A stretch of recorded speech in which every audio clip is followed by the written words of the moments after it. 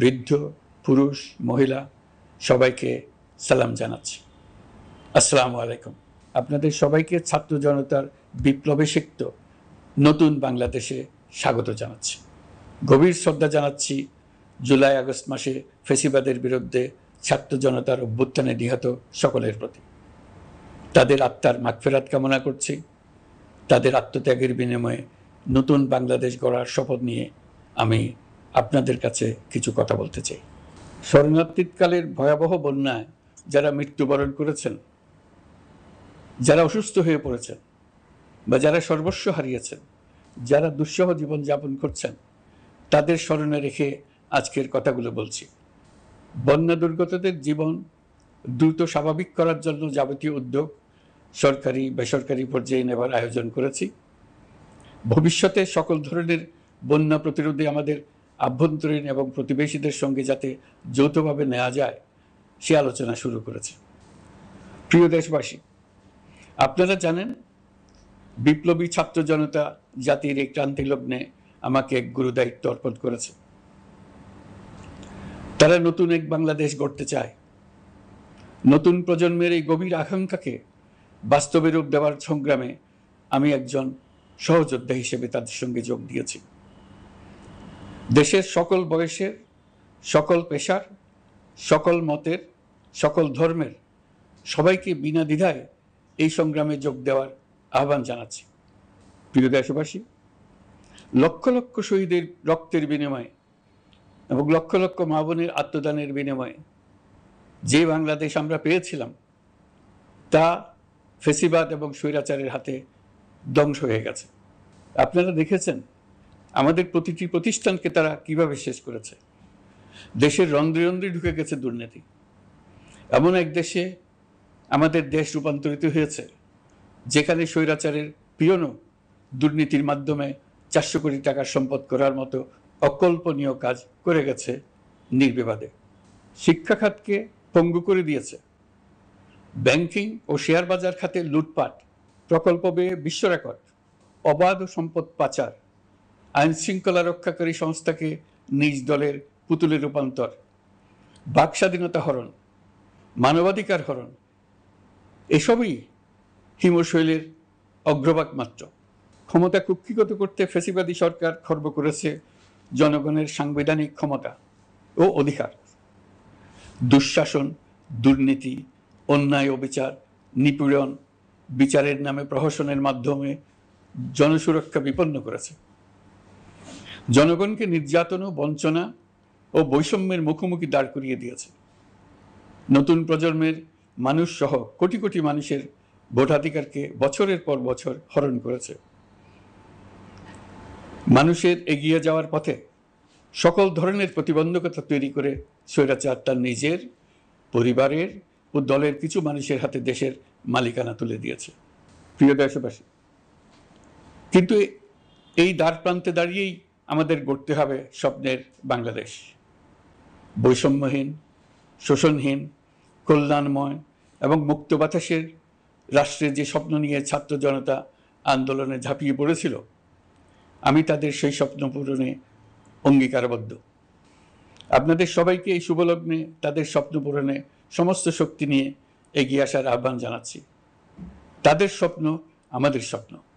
জাতীয় জীবনে তরুণরা একটা মহা সুযোগ সৃষ্টি করে দিয়েছে। আমরা সবাইকে সুযোগ ব্যবহার করার কাজে এগিয়ে আসতে আহ্বান জানাচ্ছি। গণরোষের মুখে ফ্যাসিবাদী সরকার প্রধান দেশ ত্যাগ করার পর আমরা এমন একটি দেশ গড়তে চাই যেখানে প্রতিটি নাগরিকের মানবাধিকার থাকবে পুরোপুরি সুরক্ষিত। আমাদের লক্ষ্য একটাই, উদার, গণতান্ত্রিক, বৈষম্যহীন, অসাম্প্রদায়িক বাংলাদেশ। আমরা এক পরিবার, আমাদের এক লক্ষ্য। কোনো ভেদাভেদ যেন আমাদের স্বপ্নকে ব্যাহত করতে না পারে, সেজন্য আমরা প্রতিজ্ঞাবদ্ধ। বর্তমান সরকারের দায়িত্ব গ্রহণের মাত্র 2 সপ্তাহ শেষ হল। কর্মযাত্রার প্রথম পর্যায়ে রাষ্ট্র সংস্কারের কাজে আপনাদের কাছ থেকে যে সমর্থন পাচ্ছি সেজন্য আন্তরিক ধন্যবাদ। আমরা অনুধাবন করছি যে আমাদের কাছে আপনাদের প্রত্যাশা অনেক। এই প্রত্যাশা পূরণে আমরা বদ্ধপরিকর। যদিও দীর্ঘদিনের গণতন্ত্রহীনতা, 15 বছরের ফেসিবাদী শাসন ব্যবস্থা প্রায় প্রতিটি ক্ষেত্রেই আমাদের জন্য পর্বতসম চ্যালেঞ্জ রেখে গিয়েছে, কিন্তু এই চ্যালেঞ্জ গ্রহণে আমরা প্রস্তুত। আজ আমি সরকারের পক্ষ থেকে আপনাদের দোয়া ও সহযোগিতা কামনা করতে আপনাদের সামনে এসেছি। শুধু আমি বলবো, আপনাদের একটু ধৈর্য ধরতে হবে। এখনই সব দাবি পূরণ করার জন্য জোর করা, প্রতিষ্ঠানে ঢুকে ব্যক্তিবিশেষকে হুমকির মধ্যে ফেলা, মামলা গ্রহণের জন্য চাপ সৃষ্টি করা, বিচারের জন্য গ্রেফতারকৃত ব্যক্তিকে আদালতে হামলা করে আগেই এক ধরনের বিচার করে ফেলার যে প্রবণতা, তা থেকে বের হতে হবে। ছাত্র জনতার বিপ্লবের গৌরব ও সম্ভাবনা এসব কাজে ম্লান হয়ে যাবে। নতুন বাংলাদেশ গড়ার প্রচেষ্টাও এতে ব্যাহত হবে। রাতারাতি এই পরিস্থিতি থেকে উত্তরণ কঠিন। নড়বড়ে এক কাঠামো, আমি বরং বলবো জনস্বার্থের বিপরীতমুখী এক কাঠামোর উপর দাঁড়িয়ে আমাদেরকে দেশ পুনর্গঠনের কাজে হাত দিতে হয়েছে। আমরা এখান থেকেই বাংলাদেশকে এমনভাবে করতে চাই যেন এদেশে জনগণই সত্যিকার অর্থে সকল ক্ষমতার উৎস হয়, বিশ্ব দরবারে একটি মানবিক ও কল্যাণকর রাষ্ট্র হিসেবে সমাদৃত হয়। তরুণ প্রজন্ম, শিক্ষার্থী ও জনতার আত্মত্যাগের প্রতি সম্মান জানাতে রাষ্ট্র সংস্কারের কাজে সফল আমাদের হতেই হবে, এর আর কোনো বিকল্প নেই। প্রিয় দেশবাসী, আপনারা ইতোমধ্যে জেনেছেন জুলাই আগস্ট মাসে গণ অভ্যুত্থানে বল প্রয়োগ ও হতাহতের যে দুঃসহ ঘটনা ঘটানো হয়েছে তার স্বচ্ছ তদন্ত করতে জাতিসংঘের মানবাধিকার কমিশনের প্রধানকে বাংলাদেশে এসে তাদের তদন্ত শুরু করতে আমরা আমন্ত্রণ জানিয়েছি। তদন্তের এই প্রক্রিয়া এই সপ্তাহে শুরু হবে। তাদের প্রথম দল ইতিমধ্যে এসে গেছে। আমরা ইতিমধ্যে ছাত্র জনতার বিপ্লবকে নস্যাৎ করতে যে শত শত মিথ্যা ও হয়রানিমূলক মামলা দায়ের করা হয়েছিল তার অধিকাংশ প্রত্যাহার করেছি এবং আটক ছাত্র জনতার মুক্তি লাভের ব্যবস্থা করেছে।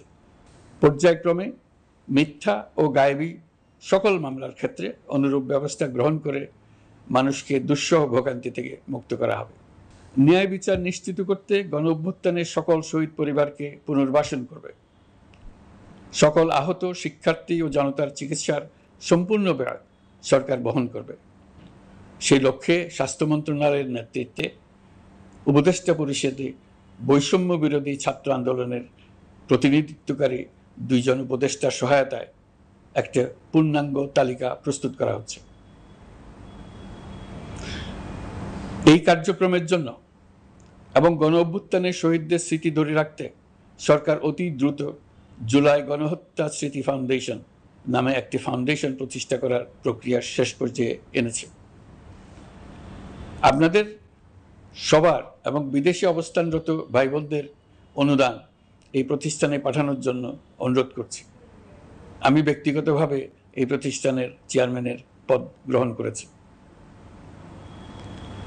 প্রিয় দেশবাসী, আপনারা লক্ষ্য করেছেন দায়িত্ব গ্রহণ করেই আমাদেরকে আইন শৃঙ্খলা অঙ্গনে অস্থির পরিস্থিতি সামাল দিতে হয়েছে।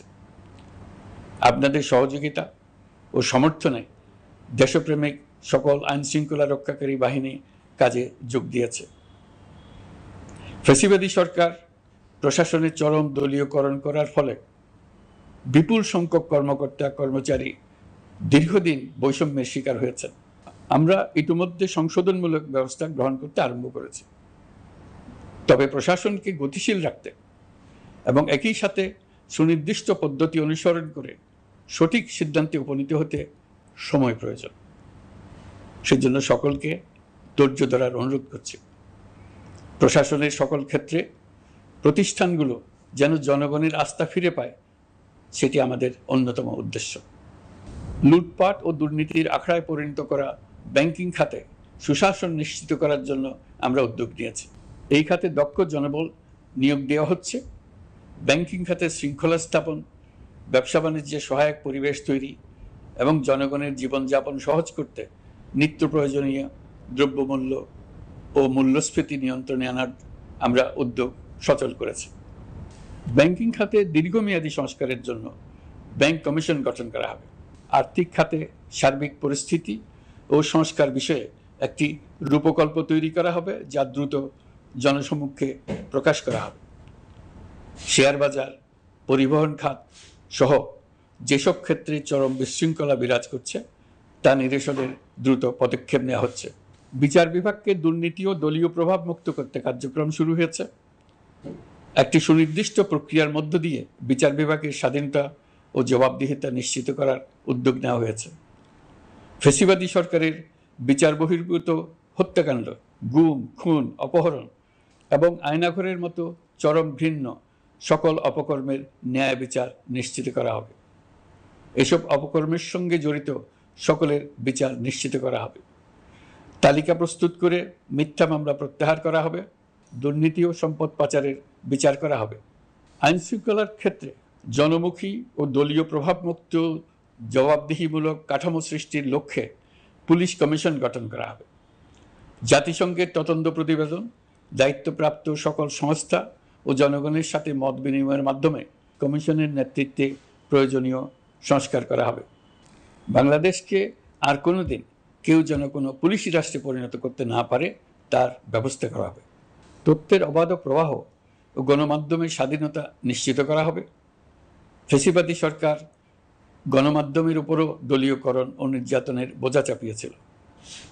জনগণের তথ্যের অধিকার নিশ্চিত করতে আমরা প্রতিশ্রুতিবদ্ধ। তথ্যের প্রবাহে বিদ্যমান আইনি ও অন্যান্য বাধা অপসারণ করা হবে। মত প্রকাশের স্বাধীনতা বাধাগ্রস্ত করে এমন সব আইনের নিপীড়নমূলক ধারা সংশোধন করা হবে। ইতিমধ্যে এই ধরনের আইনগুলো চিহ্নিত করে এই প্রক্রিয়া শুরু করা হয়েছে। বিদেশি সংবাদকর্মীদের এদেশে আসার পর যে অলিখিত নিষেধাজ্ঞা ছিল, ইতিমধ্যে আমরা তা তুলে নিয়েছি। বিদেশি সাংবাদিকদের দ্রুত ভিসা দিতে সংশ্লিষ্ট কর্মকর্তাদের নির্দেশ দেওয়া হয়েছে। আমরা আশা করি পরিবর্তিত পরিস্থিতিতে গণমাধ্যম কর্মীরা নিরপেক্ষ সাংবাদিকতা চালিয়ে যাবেন। শিক্ষাক্ষেত্রে চরম নৈরাজ্য প্রতিষ্ঠিত করে গেছে বিগত সরকার। আমরা তার পূর্ণাঙ্গ সংস্কারের উদ্যোগ নেব। এটা আমাদের অন্যতম অগ্রাধিকার। আপনারা জানেন, দায়িত্ব গ্রহণের পর দ্রুততম সময়ের মধ্যে সকল শিক্ষা প্রতিষ্ঠান খুলে দেওয়া হয়েছে।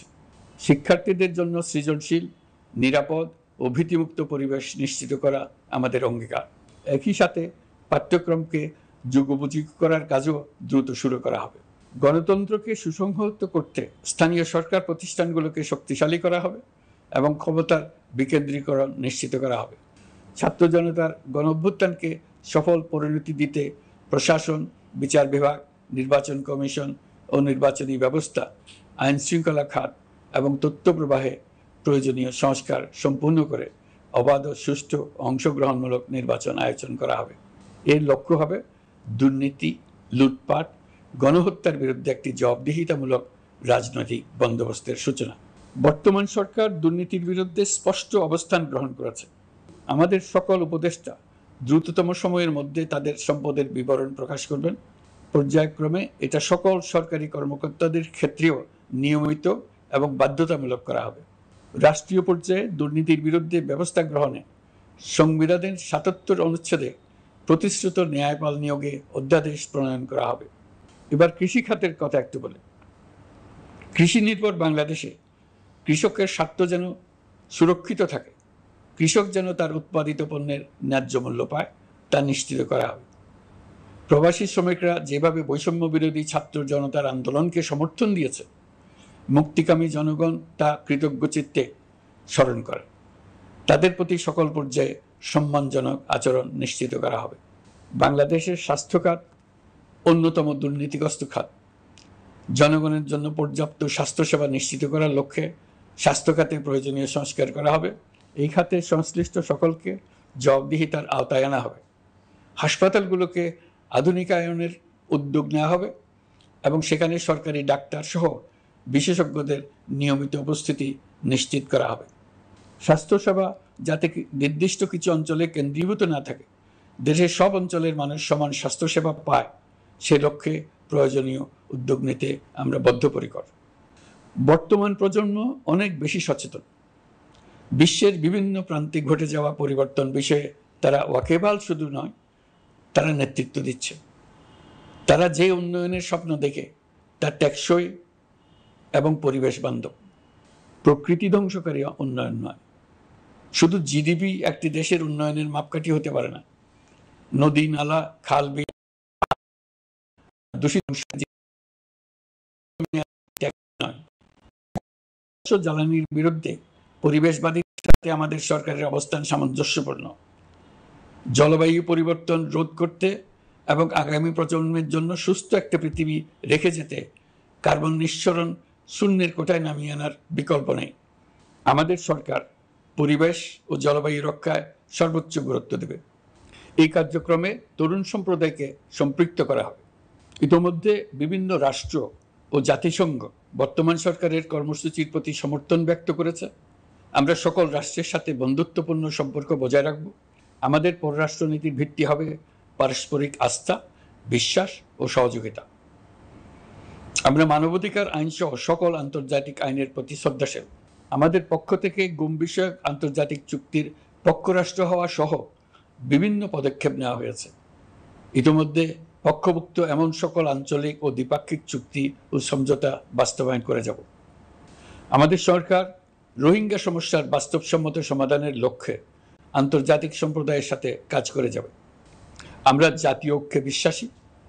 প্রয়োজনীয় সংস্কারের লক্ষ্যে রাজনৈতিক ঐক্যের মধ্য দিয়ে নিশ্চিত করা হবে নারী, শিশু, প্রতিবন্ধী, ধর্মীয় সংখ্যালঘু, আদিবাসী সকলেই এদেশের নাগরিক এবং সমান আইনের সুরক্ষার অধিকারী।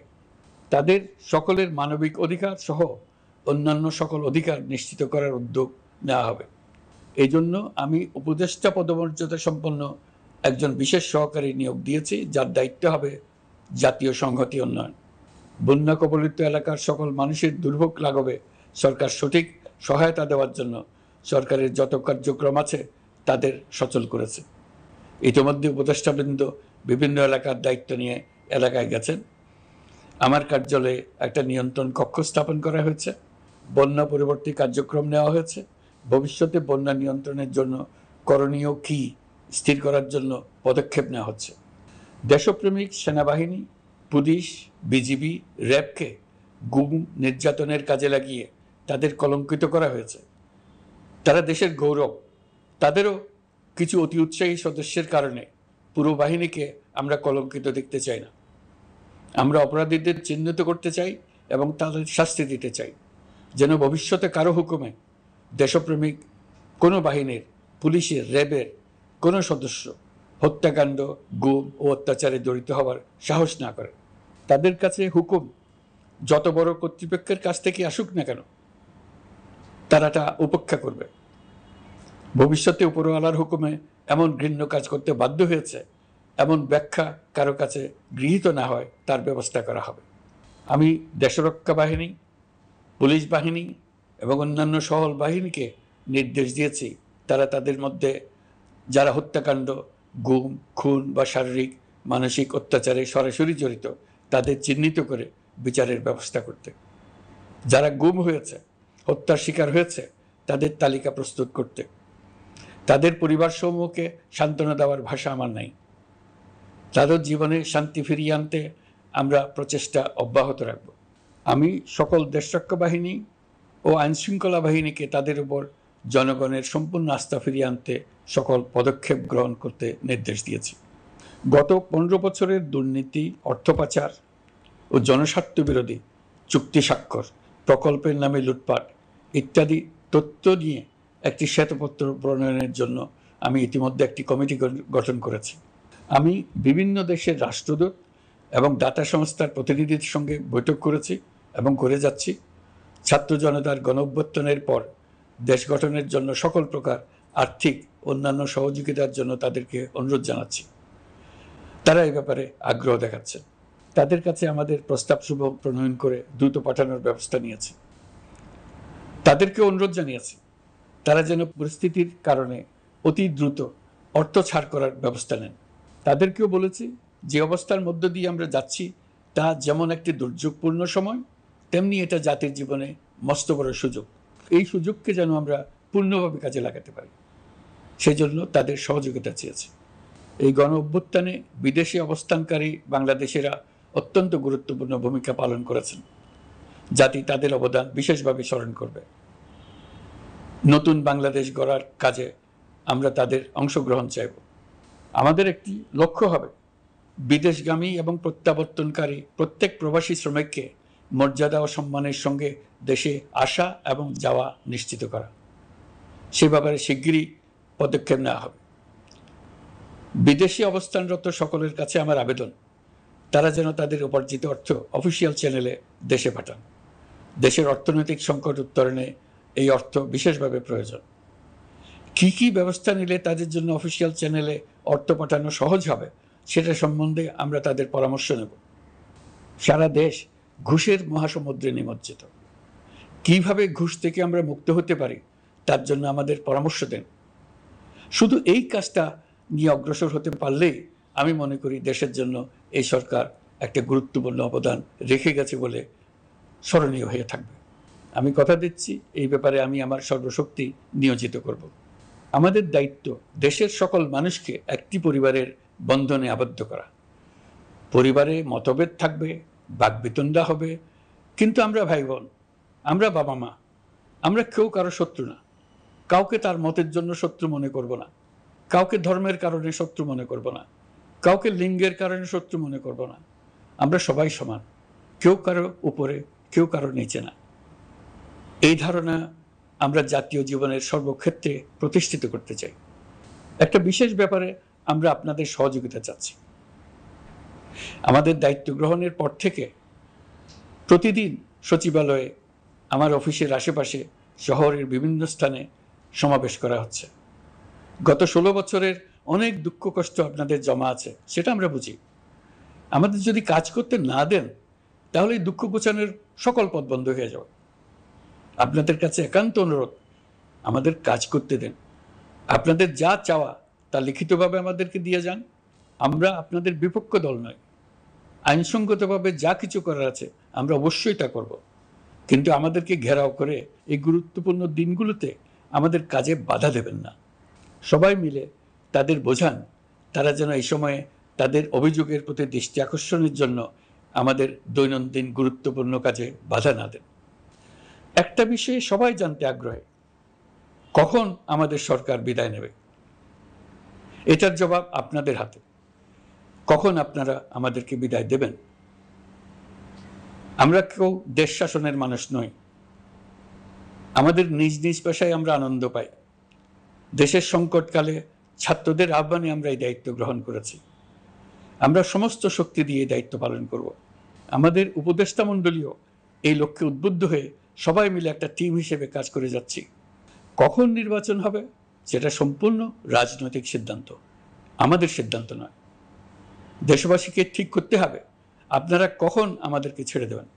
আমরা ছাত্রদের আহ্বানে এসেছি, তারা আমাদের প্রাথমিক নিয়োগকর্তা।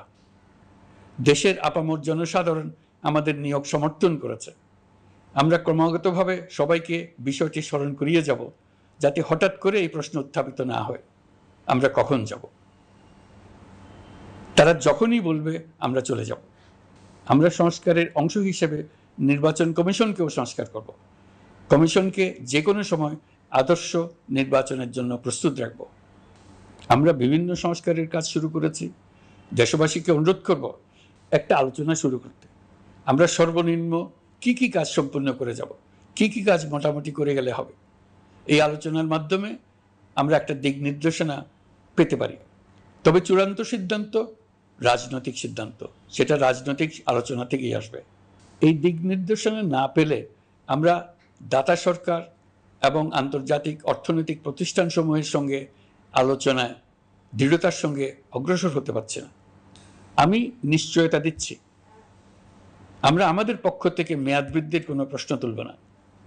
আমরা আপনাদের সকলের দোয়া চাই।